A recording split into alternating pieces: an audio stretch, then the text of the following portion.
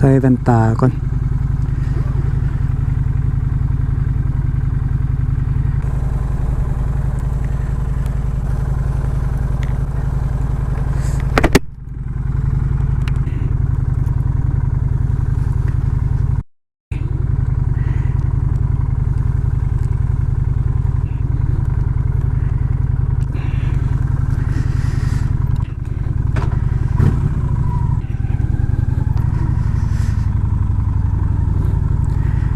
ฮี่หอ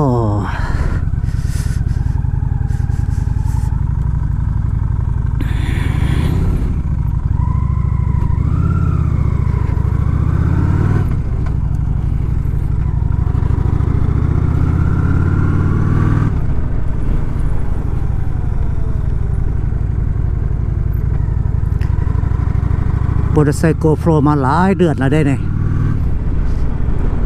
มื้อนี้อากาศดี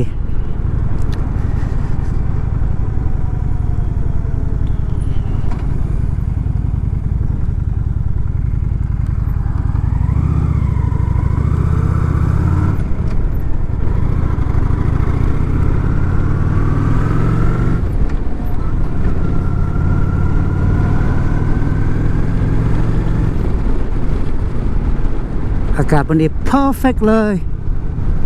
ว้าว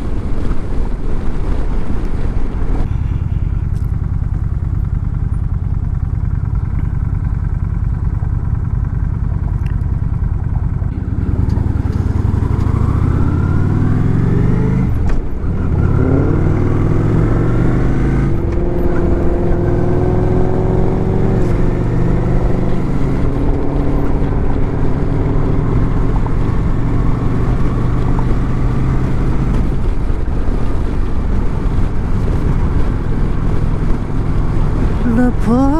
จะเปิดผ้ากังออกมานั่ง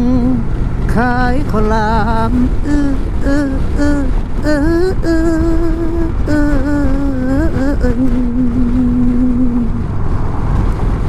แล้วมีแต่บังงามสื่อซอยสายเด้อน้องสื่อซอยสายเด้อน้อง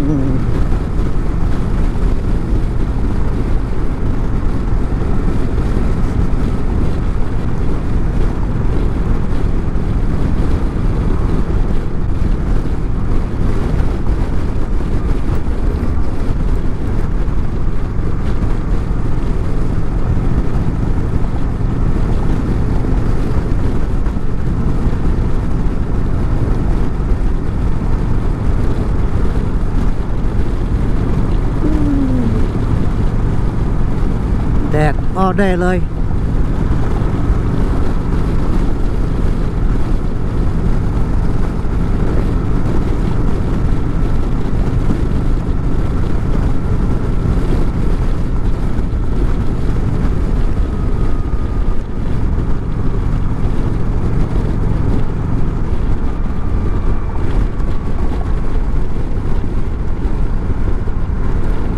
อยู่พี่บังข้าวหลามขาว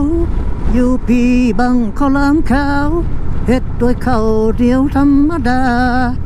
ก็ใส่เผือกใส่บันพร้อมนาก็ใส่เผือกใส่บันพร้อมนาเฮ็ดถึกตำลากินแล้วบ่คัน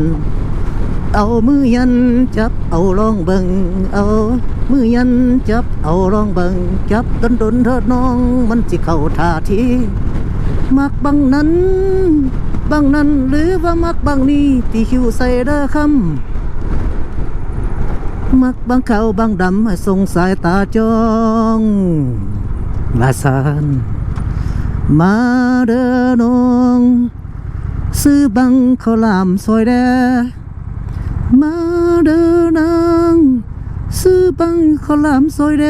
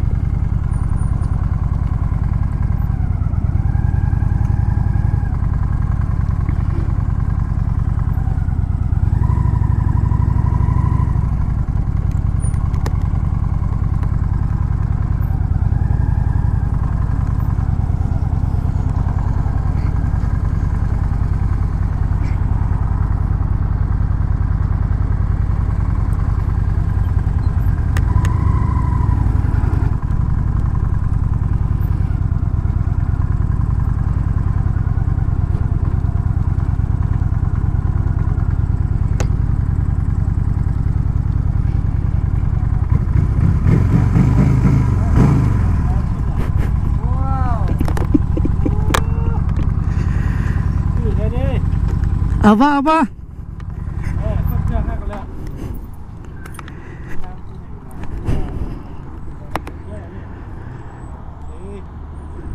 นี่อากาศดี โอ้คักอากาศบ่นี้คักหลาย เนี่ยมื้อแรกก็สิเย็นอยู่เย็นกะ50มื้อแรกไปเที่ยวใส่รถ ก็เอาไปตีเทนนิสแต่ไปเตะบอลเอาไป ตัวนี้ขังอ่ะ ของล่างของการค่อยใส่เอาอันนี้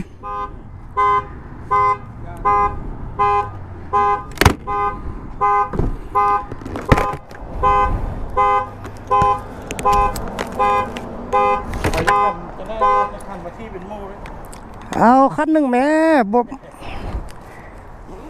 เอาคันหนึ่งเอาอันน่ะเอาฮันด้านี่แหละมันจังค่อยบ่ตายไว้